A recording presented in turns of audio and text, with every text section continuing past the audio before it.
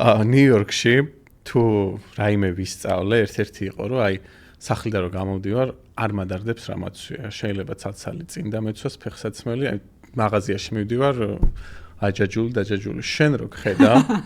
აი ბავშვის გამოსაყვანად სკოლიდან მე მაღაზიაში ან პოსტაში რომ მიგაქვს ნუკი კოსმეტიქსის შეკვეთები, საღამოს კაბა შეიძლება გეცვას და იყოს შუადღის 2 საათი. ან ნახე არ გეზარება. არა, იმიტომ რომ მთელი ცხოვრება სახლიდან, აი სანამ გავდგავდი ფეხს, დედაჩემი და მამაჩემი შემხედან და იტყვენ, ვაიმე, გეხვეწებ.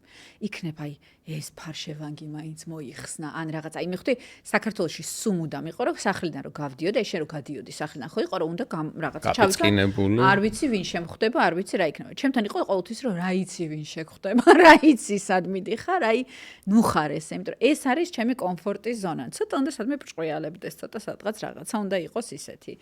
ხო, სულ არა. აი ახლა მაგალითად მე თუ მკითხო ძალიან casual ვარ ჩემთვის.